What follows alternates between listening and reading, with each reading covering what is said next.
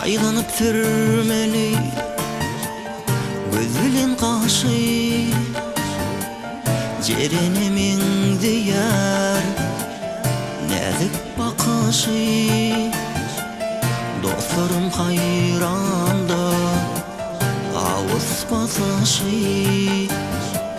aramen sözlerin aradı lelem. Şaylanıp sürmeli göz bilen kaşı, cerenemin diyar nazik bakışı. Dostlarım hayranda ağız basışı, aramen sözlerin aradı lelem. Şimam ne dedi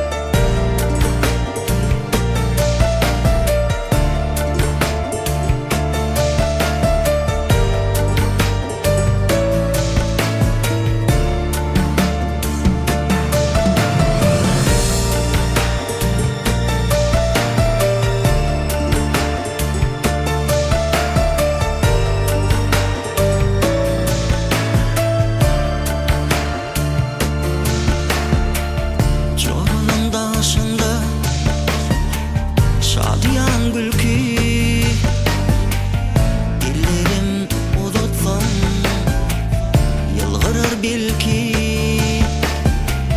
Allah'dan dilenim bugün ol minki. Zara min sözlerin zara dilenim. Joralın daşında şadiyan gülki,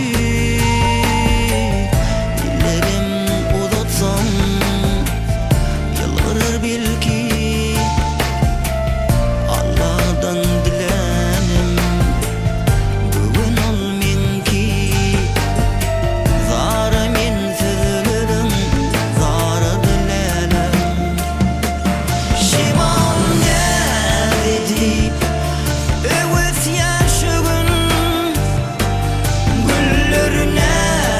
Deep